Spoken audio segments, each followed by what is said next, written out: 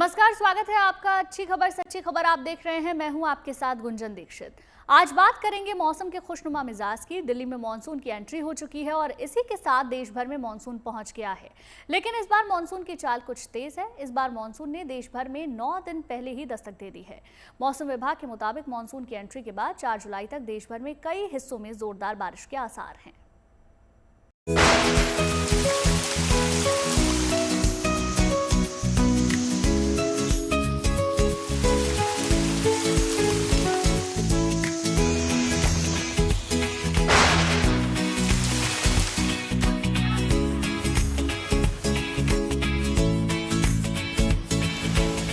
दिल्ली वालों को जिस पल का शिद्दत से इंतजार था, आखिरकार वो पल आ ही गया। राजधानी की फिजा में खुशनुमा मौसम की झलक तो पहले ही दिखने लगी थी, लेकिन मानसून दिल्ली की दहलीज पर अटक गया था। रविवार को आखिरकार मानसून का इंतजार खत्म हो गया। राजधानी में मानसून ने पूरी शिद्दत से दस्तक दे दी। झमाझम बारिश ने न सिर्फ मौसम को सुहाना बना दिया, बल्कि लोगों के चेहरे पर भी मुस्कान ला दी। दिल्ली में मानसून ऐसे झूम कर आया कि पूरी दिल्ली को झमाझम बारिश ने भिगो दिया। दिल्ली एनसीआर के आसमान में कहीं बादल छाए हुए रहे तो कहीं बादल झूम कर बरसे। आईटीओ समेत दिल्ली के कई इलाकों में रविवार सुबह को जमकर बारिश हुई। हालांकि कुछ इलाकों में बारिश का इंतजार अब भी है, लेकिन बारिश की आमद से ये तय हो गया है कि दिल्ली में मानसून की एंट्री हो चुकी है। अगर आप आने वाले दिनों की बात करें, जो मानसून ट्रफ है वो हमारा अभी नियर दिल्ली के पास ही है, थोड़ा नॉर्थ में है, और उसके कारण क्या है कि जो रेनफॉल एक्टिविटी अभी हम कह सकते हैं कि हैवी, वेरी हैवी रहने का पूरा नॉर्थ इंडिया में पॉसिबिलिटी है। दिल्ली में मानसून के दाखिल होने के साथ ही देश भर में मानसून की आमद मुकम्मल हो चुकी है। मौसम विभाग ने भी कंफर्म कर दिया है कि अब देश के तमाम हिस्सों में मानसून पहुंच चुका है। मौसम विभाग के मुताबिक देश भर में मानसून ने अपने तय तारीख से 9 दिन पहले ही दस्तक दे दी है। आईएमडी के अनुसार 29 जून को मानसून ने राजस्थान, पश्चिम उत्तर प्रदेश, हरियाणा और दिल्ली समेत पूरे देश को कवर कर लिया है। 4 जुलाई तक उत्तर पश्चिम, मध्य पूर्व और पूर्वोत्तर भारत तक भारी बारिश रहने की संभावना है। इस दौरान पंजाब, हरियाणा, चंडीगढ़, राजस्थान के कुछ हिस्सों में भी बारिश होगी, जबकि ओडिशा, कर्नाटक, केरल और पूर्वोत्तर के राज्यों में भी बहुत तेज बारिश की संभावना है। आप देख सकते हैं कि हिमाचल और उत्तराखंड के लिए भी रेड है, वहाँ कंटिन्यूस वेरी हैवी रेनफॉल हो रहा है। उसको इम्पैक्ट को नज़र रखते हुए हमने वहाँ रेड अलर्ट दिया है। वहाँ आज और कल आने वाले दिनों में जो रेनफॉल है वो आप कह सकते हैं कि वेरी हैवी से ज़्यादा होने का अनुमान है। पंजाब, हरियाणा, वेस्ट यूपी के लिए भी हमारा ऑरेंज अलर्ट है। वहाँ भी हम 12 सेंटीमीटर से ज़्यादा रेन अनुमान लगा रहे हैं। अगर आप एनसीआर दिल्ली की बात करें तो ऑलरेडी रेनफॉल एक्टिविटी चल ही रहा है, कल से भी, कल भी रहा है, और आज और कल भी जहाँ लाइट मॉडरेट रेनफॉल रहने का अनुमान है, और उसके बाद थोड़ा इसमें कमी आ सकती है, जिसके लिए हमने एनसीआर दिल्ली के लिए हमने ज़्यादा अलर्ट दिया। देश भर में मानसून आमतौर पर 8 जून तक पहुंचता है, लेकिन इस बार मानसून ने सभी रिकॉर्ड तोड़ दिए हैं। एक तरफ बारिश तो दूसरी तरफ आसमान में बादल, और उस पर हल्की ठंडी हवा ने लोगों के चेहरों पर मुस्कान लौटा दिया है। तो तैयार हो जाइए छतरी, रेनकोट और गर्म चाय के साथ इस खूबसूरत मौसम का लुत्फ उठाने के लिए, क्योंकि अब दिल्ली में मानसून पूरी तरह से छा गया है। Bureau report, good news today. देश भर में मानसून की एंट्री के साथ राहत की बारिश तो हो रही है, लेकिन बारिश के बाद कई इलाके में हालात बाढ़ जैसे हो गए हैं। सड़कों पर सैलाब है और मकानों में बारिश का पानी घुस गया है। पहाड़ी राज्यों उत्तराखंड और हिमाचल में मौसम विभाग ने बारिश का येलो और ऑरेंज अलर्ट जारी किया है। हालांकि बारिश और बाढ़ के दरमियान एक बार फिर एनडीआरएफ की टीम ने मोर्चा संभाल लिया है। एनडीआरएफ की टीम ने झारखंड के एक स्कूल से 300 बच्चों को रेस्क्यू कर सुरक्षित स्थान तक पहुंचाया है।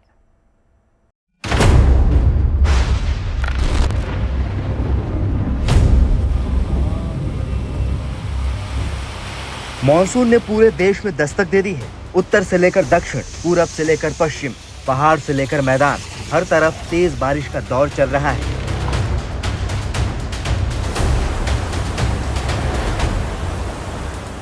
कहीं बारिश की बूंदें बहार और राहत का सबब है, तो कहीं तेज बारिश की वजह से लोगों को मुश्किल हालात का सामना भी करना पड़ रहा है। सबसे पहले पहाड़ी राज्य उत्तराखंड की तस्वीरें आपको दिखाते हैं। रुद्रप्रयाग में तेज बारिश के बाद अलकनंदा नदी में पानी लगातार बढ़ता जा रहा है। नदी के बढ़े जलस्तर से किनारे बसे लोगों पर भी खतरे के बादल मंडरा रहे हैं। इसका असर चार धाम यात्रा पर भी पड़ रहा है। पहाड़ों में मानसून चरम पे है और मानसून लगातार आफत बनकर बरस रहा है। लगातार पिछले 36 घंटों से बारिश हो रही है। इस बारिश के कारण आम जनजीवन के अलावा उत्तराखंड की चार धाम यात्रा बुरी तरीके से प्रभावित हो गई है। इसके अलावा जो भी नदियां हैं वह उफान पर आ गई हैं। अगर रुद्रप्रयाग की बात करें तो मंदाकिनी और अलकनंदा तेज वेग पर बह रही हैं। आप देख सकते हैं अलकनंदा नदी रुद्रप्रयाग में विकराल रूप धारण करके बह रही है। लगातार अलकनंदा नदी का जल स्तर बढ़ता जा रहा है। अब उत्तराखंड की राजधानी देहरादून की तस्वीरें देखिए, जहां लगातार हो रही बारिश के बाद सड़कों पर सैलाब जैसा आलम है।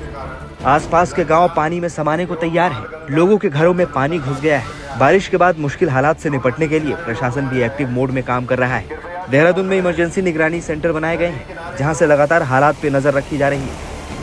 खुद सीएम पुष्कर सिंह धामी ने भी सेंटर का दौरा किया। हालात को देखते हुए मौसम विभाग ने देहरादून और आसपास के इलाकों में भारी बारिश की चेतावनी जारी की है। मौसम विभाग ने उत्तराखंड के कई इलाकों के लिए ऑरेंज और येलो अलर्ट जारी किया गया है। उत्तराखंड के बाद एक और पहाड़ी राज्य की बात कर लेते हैं। तस्वीरें हिमाचल प्रदेश की मंडी की हैं, जहां पंडोह डैम के 5 गेट खोल दिए गए हैं। डैम से पानी छोड़ने के बाद ब्यास नदी में पानी बढ़ गया है और लहरें तेज हो गई हैं। प्रशासन की ओर से लोगों को नदी नालों से दूर रहने की चेतावनी दी गई है। शिमला की तस्वीर भी कुछ अलग नहीं है। शनिवार दिन भर बादल छाए रहे और धुंध देखने को मिली। उसके बाद शाम के समय जोरदार बारिश हुई। सैलानियों के चेहरों पर तो खुशी की लहर दौड़ गई, लेकिन मौसम विभाग ने हालात देखते हुए तेज बारिश का येलो अलर्ट जारी किया। मौसम विभाग ने अगले 24 घंटे के लिए सोलन और सिरमौर जिले में फ्लैश फ्लड का अलर्ट भी जारी किया है। इसके अलावा ऊना, बिलासपुर, हरीमपुर, कांगड़ा, मंडी, शिमला, सोनल और सिरमौर जिले में तेज बारिश की चेतावनी दी गई है। हेवी रेनफॉल भी हो सकती है। इसको देखते हुए इन डिस्ट्रिक्ट्स में ऑरेंज अलर्ट जारी किया है। बाकी जो डिस्ट्रिक्ट हैं जिसमें सोलन, शिमला, सिरमौर, यहाँ पे हैवी रेनफॉल हो सकती है और यहाँ पे हैवी रेनफॉल का अलर्ट जारी किया हुआ है। ये जो एक्टिविटी जो कल से शुरू होगी प्रदेश में, और ये जो पीक करेगी कल 29 तारीख को करेगी और ये फिर 30 जून तक जारी रहेगी।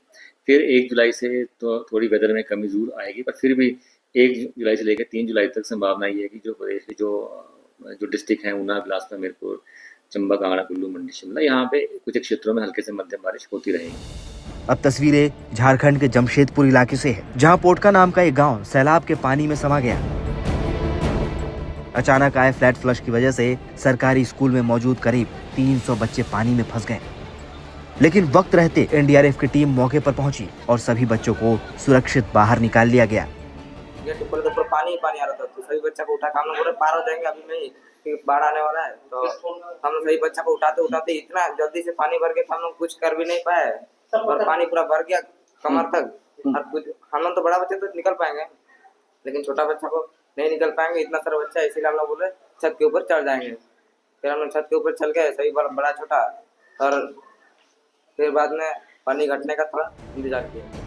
राहत की बात ये रही कि किसी भी बच्चे को कोई गंभीर चोट नहीं आई। डर और दहशत के इस माहौल में एनडीआरएफ और प्रशासन की फुर्ती ने बड़ी अनहोनी को टाल दिया। देहरादून से सागर शर्मा, शिमला से विकास शर्मा, मंडी से कमलजीत संधू और जमशेदपुर से अनूप सिन्हा के साथ bureau report, good news today.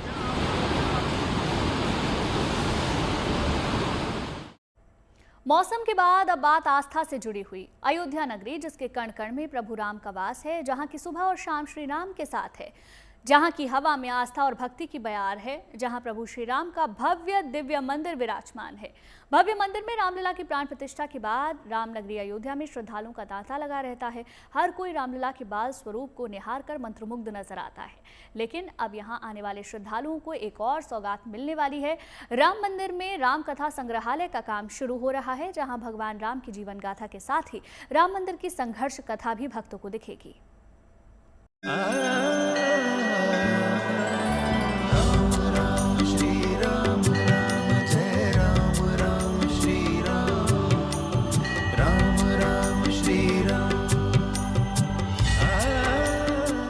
जहाँ भक्ति होती है वहाँ भगवान स्वयं प्रकट होते हैं। और रामनगरी अयोध्या में तो आस्था का सैलाब हिलोरे मारता है। अयोध्या केवल एक तीर्थ नहीं बल्कि जीवंत आस्था है। हर दिन, हर रोज, हर पल राम नाम की धुन गूंजती है। अयोध्या जहां हर सांस में बसी है राम की कथा, अब इस पावन धरा पर बन रहा है राम कथा संग्रहालय। राम भक्तों के लिए किसी सौगात से कम नहीं।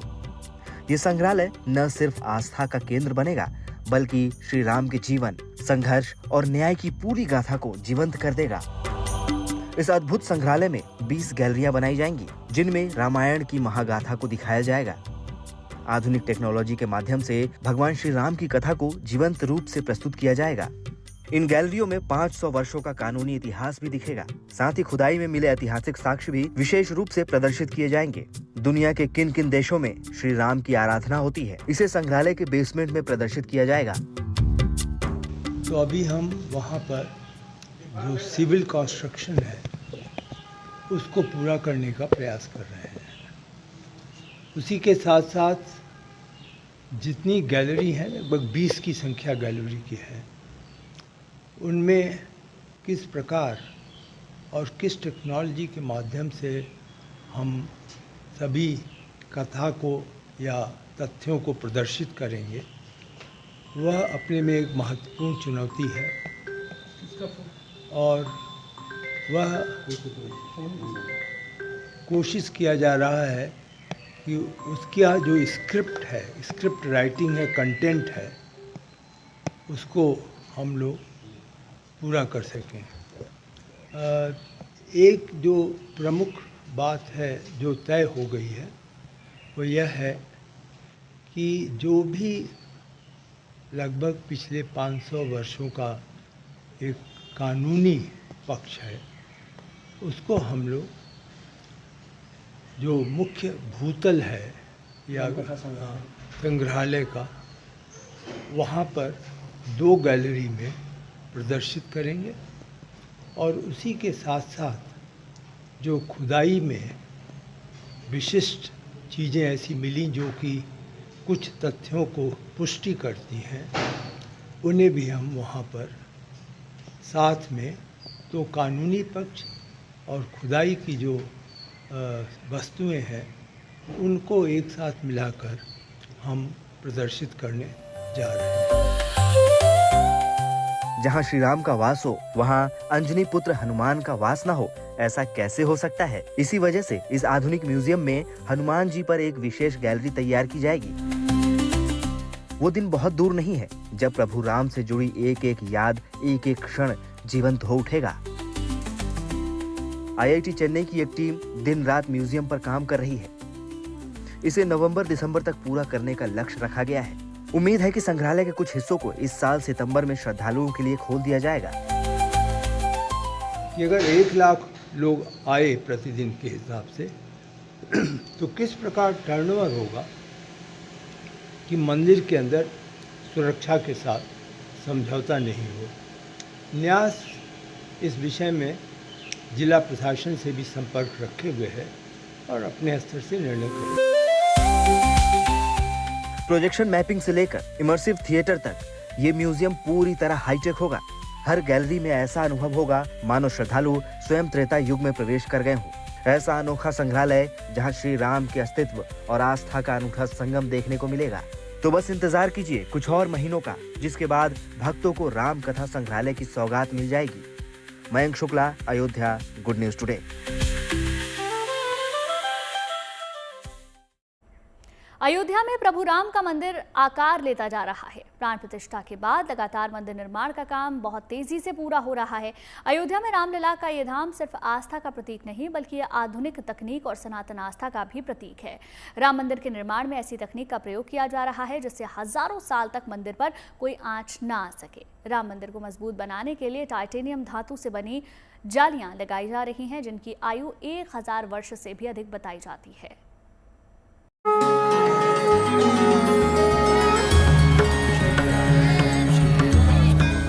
अयोध्या जिसके कण कण में प्रभु राम का वास है, अयोध्या केवल एक तीर्थ नहीं बल्कि जीवंत आस्था है, जहां हर दिन हर पल श्री राम के नाम की धून गूंजती है। भव्य दिव्य राम मंदिर केवल एक मंदिर नहीं है बल्कि करोड़ों श्रद्धालुओं की आत्मा का केंद्र है। यही वजह है कि भक्त अवधपुरी में खींचे चले आते हैं। अयोध्या का राम मंदिर न सिर्फ आध्यात्मिक शक्ति का केंद्र है बल्कि ये आधुनिक तकनीक और सनातन आस्था का भी प्रतीक बन चुका है। राम मंदिर के निर्माण में ऐसी तकनीक का प्रयोग किया जा रहा है कि हजारों सालों तक प्रभु राम के इस धाम पर कोई आंच भी नहीं आ सके। राम मंदिर में टाइटेनियम धातु से बनी जालियां लगाई जा रही है। मंदिर के भूतल, प्रथम तल और द्वितीय तल पर टाइटेनियम से तैयार की गई जाली लगाने की तैयारी की जा रही है। राम मंदिर में टाइटेनियम से बनी 32 जाली लगाई जा रही है। टाइटेनियम की आयु लगभग 1000 वर्ष से अधिक बताई जाती है। भारत सरकार की एक संस्था है इन जालियों का निर्माण कर रही है। 15 अगस्त तक राम मंदिर में 32 जाली का कार्य पूरा कर लिया जाएगा। आपको सुनकर यह भी संतोष होगा कि भारत में, पूरे देश में पहली बार टाइटेनियम धातु की जो हमारे मंदिर में प्रथम तल, भूतल और द्वितीय तल पे बड़ी बड़ी खिड़कियां हैं, तो उन पर टाइटेनियम धातु से जो है जाली लगाई गई है, जो अपने में अनोखी है। टाइटेनियम की जालियां लगाने के बाद राम जन्मभूमि मंदिर दुनिया का पहला ऐसा मंदिर बन जाएगा जहां टाइटेनियम जैसी उच्च धातु का प्रयोग किया जा रहा है। आपको बता दें कि टाइटेनियम एक विशेष प्रकार की धातु है। इसका इस्तेमाल पनडुब्बी बनाने में किया जाता है। पहली बार देश भर में किसी मंदिर में इस धातु का प्रयोग किया जा रहा है। ये धातु वेदर प्रूफ होती है, जिसमें कभी भी जंग नहीं लगता। राम मंदिर का निर्माण कार्य तेजी से अपने अंतिम दौर में चल रहा है। मंदिर और परकोटा में लगने वाले पत्थरों का लगभग 95% कार्य पूरा हो चुका है। कुल 14 लाख क्यूबिक फीट पत्थर लगना है, जिनमें से अब महज 1 लाख क्यूबिक फीट पत्थर शेष बचा है। सभी कार्य जो बंसी पहाड़पुर के पत्थर से मंदिर और परकोटा में किए जाने हैं, अनुमानित आप समझेंगे 13 लाख क्यूबिक फीट का उपयोग किया जा चुका है। कुल मिलाकर सैकड़ों सालों का संकल्प, करोड़ों राम भक्तों का सपना और सनातन आस्था का केंद्र अब जल्द ही पूरी दुनिया के लिए भव्य और दिव्य रूप में तैयार नजर आएगा, जिसके दर्शन मात्र से श्रद्धालुओं के जीवन में सुख समृद्धि का आगमन होगा। Mayank Shukla, Ayodhya, good news today. पुराणों में, कथाओं में, लोक में, शास्त्र में कैलाश की महिमा का गुणगान है, क्योंकि ये देवों के देव महादेव का निवास है। इसके पास ही पहाड़ों से घिरी मानसरोवर झील है, जिसे पुराणों में क्षीर सागर कहा गया है। मान्यता है कि इसी क्षीर सागर में शेषसैया पर भगवान विष्णु और लक्ष्मी विराजमान हैं। इसीलिए कैलाश मानसरोवर धाम का हिंदू धर्म में बहुत महत्व है, लेकिन ये जैन, बौद्ध और सिख धर्म के लिए भी पवित्र तीर्थ स्थल है। इससे जुड़ी अनेक कहानियां हैं, अनेक रहस्य हैं और सदियों से चली आ रही अनन्य आस्था है। खास रिपोर्ट देखिए हमारी।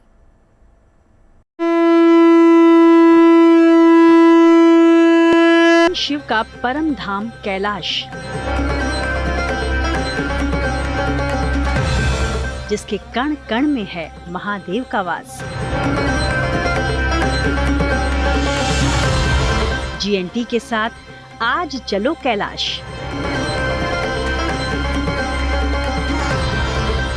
सनातन धर्म में अगाध आस्था का केंद्र है कैलाश मानसरोवर तीर्थ। आज गुड न्यूज टुडे आपको लेकर चलेगा उस महातीर्थ पर, जहां साक्षात देवादिदेव महादेव निवास करते हैं।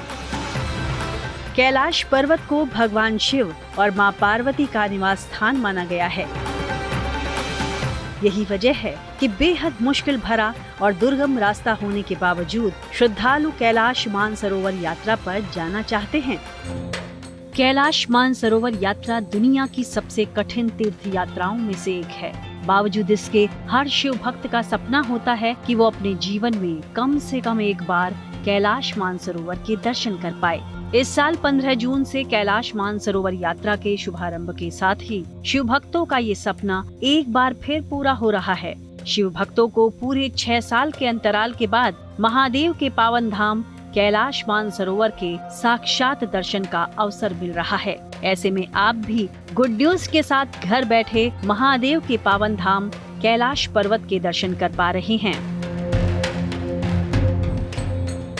कैलाश क्षेत्र को स्वयंभू कहा गया है। वैज्ञानिक मानते हैं कि भारतीय उपमहाद्वीप के चारों ओर पहले समुद्र हुआ करता था। भारतीय उपमहाद्वीप की प्लेट के यूरेशियन प्लेट से टकराने पर हिमालय पर्वत का निर्माण हुआ। करोड़ों वर्ष पूर्व घटी इस घटना के साथ ही इस क्षेत्र में कैलाश पर्वत और मानसरोवर झील का निर्माण हुआ। महादेव का निवास स्थान होने के चलते इस पावन स्थान को भारतीय दर्शन के हृदय की उपमा दी जाती है। अनेक पुराणों और धार्मिक ग्रंथों में इसका उल्लेख मिलता है। शिव पुराण, स्कंद पुराण और मत्स्य पुराण में कैलाश खंड नाम से एक अलग अध्याय है, जिसमें कैलाश पर्वत की महिमा का वर्णन मिलता है। पुराणों में उल्लेख है कि कैलाश पर्वत पर सदाशिव विराजे हैं। इसके ऊपर स्वर्गलोक और नीचे मृत्युलोक है।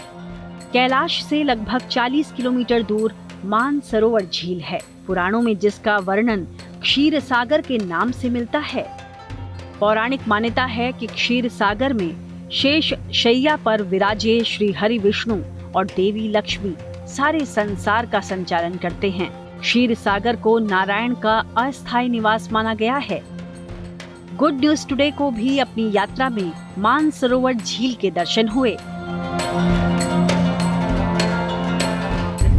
और यहाँ पर अपनी बस से जब पहली नजर हमने देखी कैलाश मानसरोवर के दर्शन किए हैं, पहली मानसरोवर झील दिखना शुरू हुई और उसके बाद कैलाश पर्वत। यकीन मानिए कि जब तक आप दूसरों के दर्शन के अनुभव सुनते हैं तो आपको लगता है कि पता नहीं आपको क्या नजर आएगा। कई लोग इतने भी भाग्यशाली होते हैं कि कहते हैं कि हमें तो शिव जी, पार्वती जी साक्षात वहाँ पर नजर आ गए, लेकिन अपना अनुभव होता है। बहुत ही भाग्य से मिलता है वो अवसर कि आप यहाँ पर आ सकें और दर्शन कर सकें। बौद्ध धर्म में कैलाश पर्वत को एक्सिस मुंडी या ब्रह्मांड के केंद्र के रूप में एक विशेष स्थान मिला हुआ है। इसे स्वर्ग और पृथ्वी के बीच का पुल भी कहा जाता है। ऐसी मान्यता है कि ये वो बिंदु है जहाँ आध्यात्मिक ऊर्जा प्रवाहित होती है, जो इसे अपार शक्ति और महत्व का स्थान बनाती है। लेकिन सनातन धर्म में कैलाश पर्वत महादेव के पावन निवास स्थान के रूप में पूजा गया है। आज गुड न्यूज टुडे के साथ आप महादेव के उसी पावन धाम के साक्षात दर्शन कर रहे हैं। कैलाश मानसरोवर से श्वेता सिंह के साथ bureau report, good news today.